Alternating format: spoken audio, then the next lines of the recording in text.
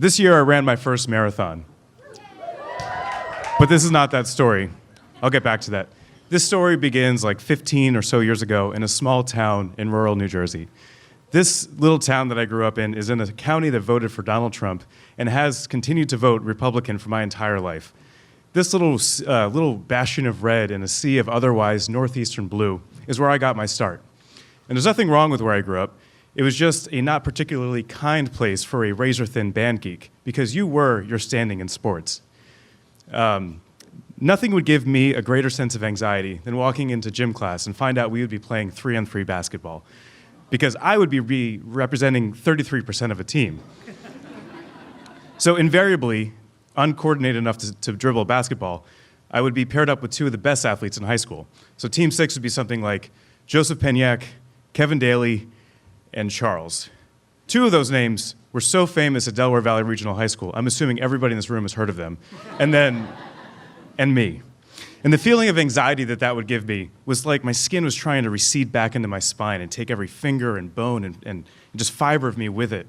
But of course, that's not how that works. But that feeling of anxiety, that uncomfortableness, was my relationship with sports for the longest time. But when I was 22, I packed up my car and I headed westward.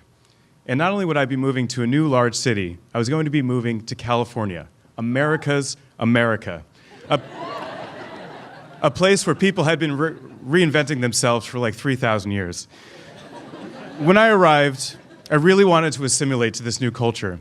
But as an ungifted athlete, I was having trouble finding something. So I decided to try this thing that had been plastered everywhere called yoga.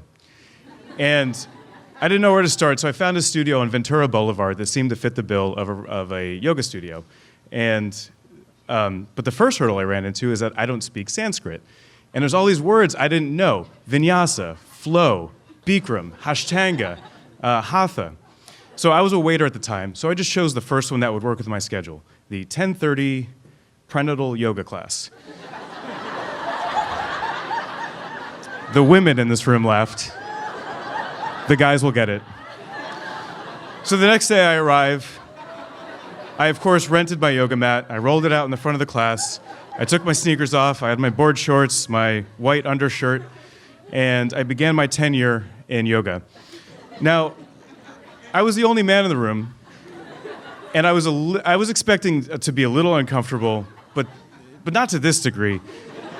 But as it turns out, I'm really good at yoga, because the instructor would say things like, "If it's available to you, touch your toes." And of course, that is very easy for me. I'm actually fantastic at yoga. So this goes on for a while, but then I started to feel that anxiety again. And I couldn't figure out why, because again, I was doing fantastic.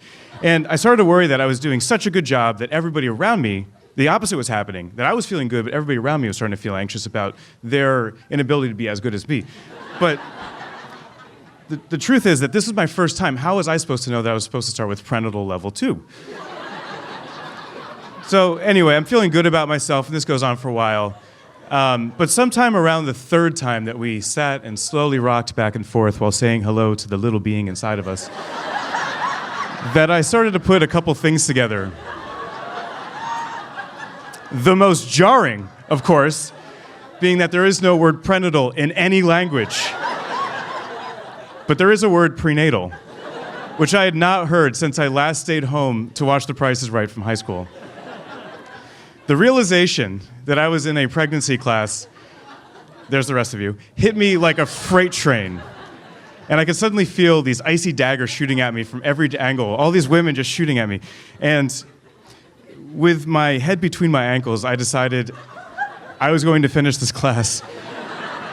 This is going to be my victory. So I did. I finished the class, I rolled the mat, I returned it, I put my sneakers back on, and I left. I didn't say a word. Now I feel like maybe I could have diffused it with a little bit of a joke, but that was not who I was back in the time. So people always ask me, because I love telling this story, and they always ask, what did I think that the women were thinking about having this man in the classroom with them? And while I'll never know, I like to joke that this is California, and perhaps I identified as a pregnant woman. I started this story by saying that I ran my first marathon this year, and this is my new beginning, because after having crossed off baseball, basketball, football, wrestling, soccer, and reading comprehension. From the list of things that I'm good at, I'm ecstatic to find something I can finally excel at while being an otherwise unremarkable athlete. Thank you.